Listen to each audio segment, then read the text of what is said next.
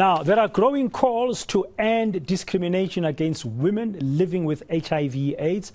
Her Rights Initiative says at least 48 women have now spoken out about the shame they carry as women who were forced into undergoing sterilization due to their HIV status. The initiative is now calling on government to provide programs for full rehabilitation of the victims, including the treatment for side effects and mental health. Well, to discuss this further, I'm joined now in studio by Promise Mthembu from Her Rights Initiative. Ms. Mthembu, good afternoon. Welcome to today, and thank you for coming into the studio.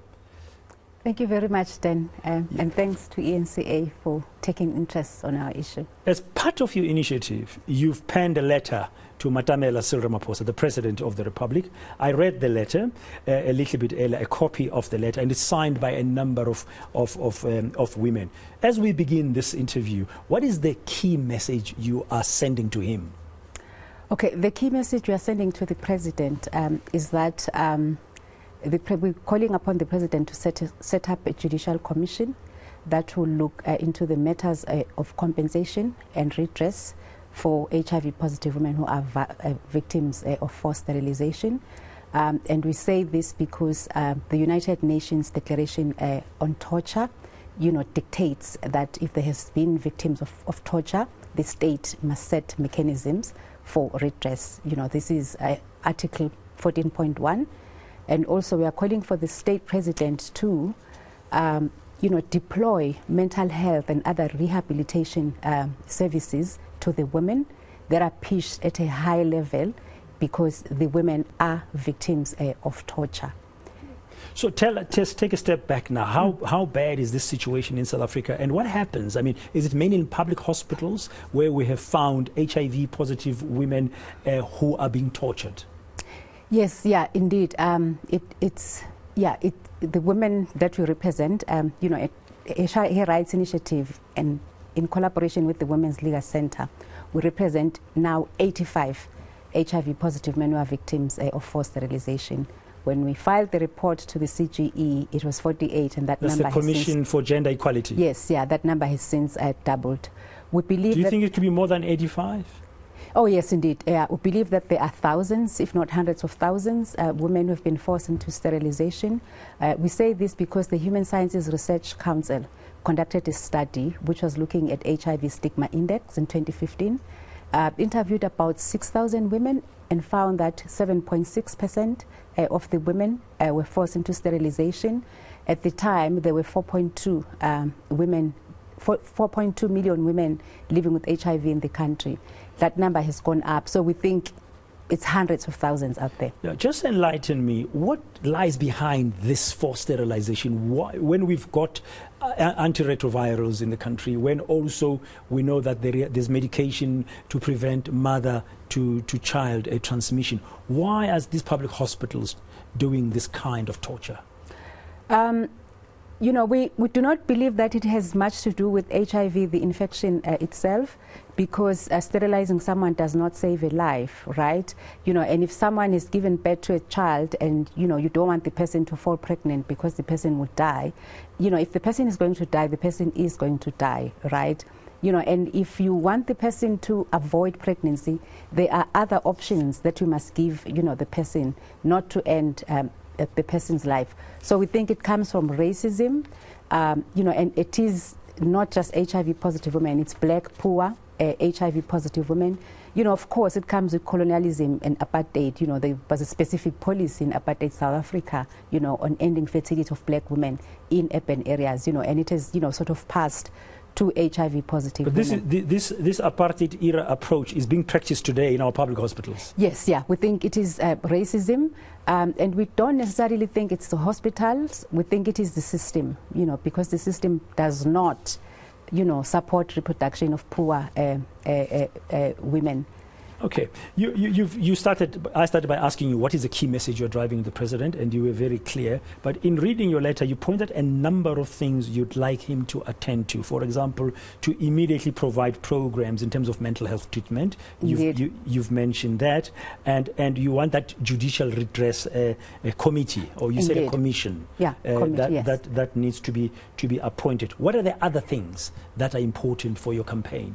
I mean, you'll see at the beginning of the letter that we detail the journey that we've had with the Department of Health since the CGE released the report on the investigation. We filed a complaint in 2015. They investigated over 5 years, released the results in 2020, and it found that 26 human rights of women were violated. So violated 26 times, and then the torture finding. The CGE made a range of recommendations, and one of the recommendation 12.4, was about redress. So coming together with the victims to negotiate redress. And they took that recommendation to the Department of Health. So we've been engaging ever since. Actually, the last time we interacted with the department was in June 2021. And they've never responded to our communication through our lawyers, which is now we're taking this matter forward, to the state president to say, actually, it was not proper, for the recommendation on redress to go to the Department of Health. Because the Department of Health, if you apply the GBV logic, they are the abusers, they are the ones who butchered the women, myself included. So they're not going to come with redress. What they would do and what they have done is to secondary victimize you. So we're saying to the president, this is your responsibility in international law. And after the CGE report, we went to the United Nations Committee on Elimination of All Forms of Violence Against Women, complained to them, and they made a specific recommendation on what South Africa should do. Early this month, on the 16th of November, South Africa was presenting its progress report on the implementation of the Universal Declaration on Human Rights, and South Africa was questioned on forced sterilization of black poor women. So we are saying. And how did the government answer that? Do you know? They have not responded. They are going to be responding in March, and we are following that. But we're saying, state president, It has to do something. Yes, now, indeed. You've mentioned that the CGE, the Commission for Gender Equality, investigated over 5 years, came out with recommendations. Has the Minister of Health implemented any of them? No, the Minister of Health has not implemented any of them. We started the redress process, which, was like, we're questioning because they set up a committee.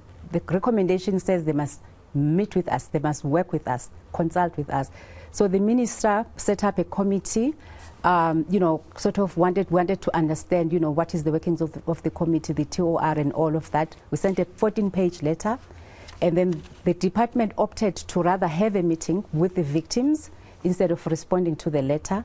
So they had a meeting with all the victims in KwaZulu-Natal, where the national, it was about 80 of us then, on the 3rd and the 4th of June 2021, and we have not received any feedback after that meeting up until now. So, which is why we're taking the matter to the president. That's why you've decided yesterday to pen the letter to the president. Yeah, and took it to the United Nations as well. Yeah, because you've also complained to the United Nations. Yes. In terms of the.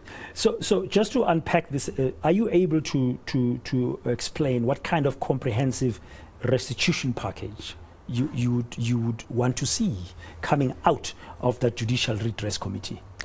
Okay, so it's different things. So it's pain and suffering, that women, have faced, because it's not really about the scar, which we have to see every day. I'm one of the victims as well. It's about how your life, changes.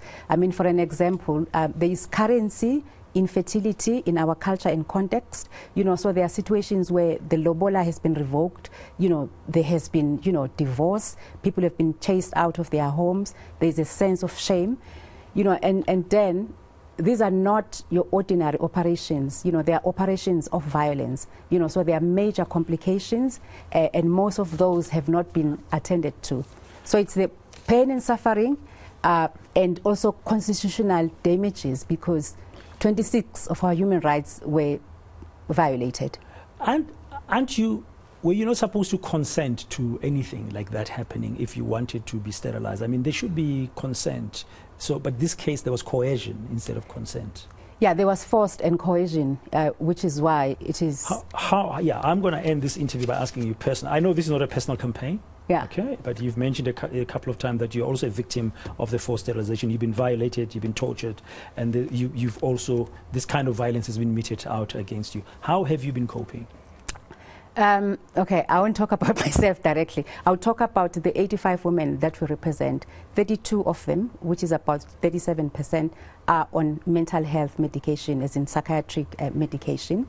You know, 2 of them have, you know, recently committed, you know, suicide, because also this delay, you know, and this lack of being recognized, so to speak.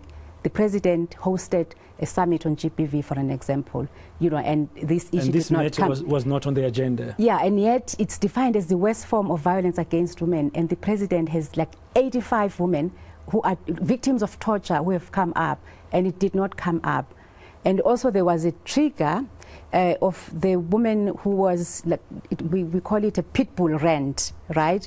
Who spoke about, you know, rippling out the wombs. Yes, yes, the racist woman in Ekurhuleni who was arrested. Yeah, yeah. Yes, yeah. She said they must rip out the uterus of black women. Yes, yeah, that caused a lot of pain in our group. It triggered a lot of emotions, you know, and the thing is, this woman is probably saying exactly the same thing that the state is saying, because if this is not what the state is saying to us, why have they not attended to us? You know, you provide mental health services and support services even before the restitution. Like it's a provision, you know, 14.1, and it does not mean that you need to wait. Actually, the provision says immediately.